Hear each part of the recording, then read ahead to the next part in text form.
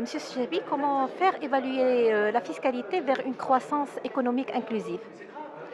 Merci pour la question. Donc, pour une fiscalité, pour l'évaluation donc d'une fiscalité, d'abord nous, la dernière fois, on a parlé déjà, il faut qu'on fasse un bilan donc par rapport à la fiscalité actuelle et par rapport aux précédentes assises qui ont donné quelques recommandations et tout, qui ont été prises en considération. Et ça nous permet, bien sûr, déjà de faire la situation actuelle de l'impact de la fiscalité sur le développement. Deuxièmement, il faut toujours comparer, au cas où on veut comparer, plutôt évaluer une mesure ou une fiscalité en général, il faut qu'on fasse une comparaison par rapport aux objectifs que nous nous sommes fixés au départ. Et je pense que les objectifs ne sont pas uniquement d'ordre budgétaire, mais c'est des objectifs également d'ordre économique et social, comme nous avons eu tout à l'heure l'occasion d'en parler. Nombreux sont les secteurs qui plaident pour une fiscalité équitable. C'est sûr, c'est que tout le monde va dans ce sens-là, c'est-à-dire on essaye de trouver une fiscalité équitable et juste.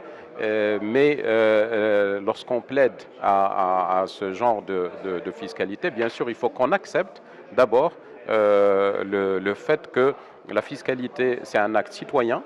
Et lorsqu'on cherche une équité ou bien une justice, c'est qu'on ne le cherche pas dans le sens là où on veut diminuer le paiement de l'impôt. C'est-à-dire, nous, ce qu'on veut, c'est à ce que tout le monde soit traité du même pied, de la même manière.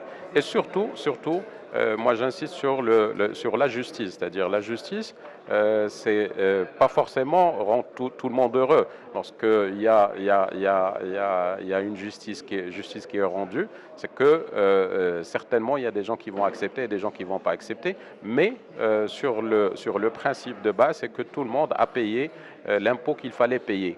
Et par conséquent, donc, si ces professions demandent une justice fiscale, ils doivent accepter, bien sûr, un certain nombre de règles qui doivent les pousser donc à payer l'impôt de la bonne manière qu'il faut et qui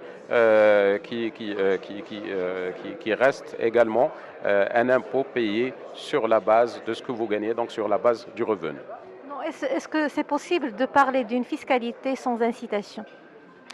La fiscalité, c'est un outil de gestion pour l'État. Donc, c'est un outil de gestion et par conséquent, lorsqu'on a une politique fiscale, elle découle d'une politique économique et sociale. Et par conséquent, si on veut avoir une bonne fiscalité qui répond à ces exigences économiques et sociales, tout simplement, il faut également qu'on intègre les incitations. Donc les incitations, c'est un outil qu'on utilise également pour atteindre des objectifs économiques et sociaux qu'on se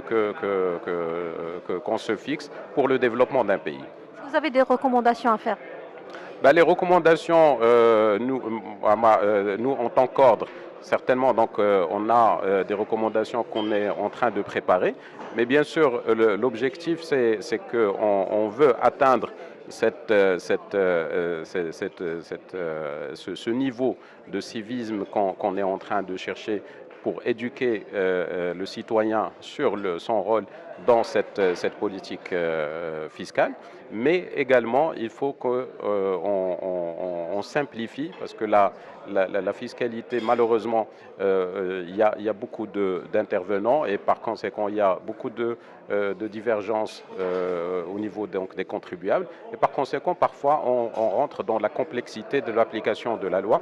Donc nous, notre objectif également, c'est qu'on aille vers une simplification de la réglementation et comment on peut mettre en place des outils qui permettent de fluidifier ce process de fiscalité et d'imposition.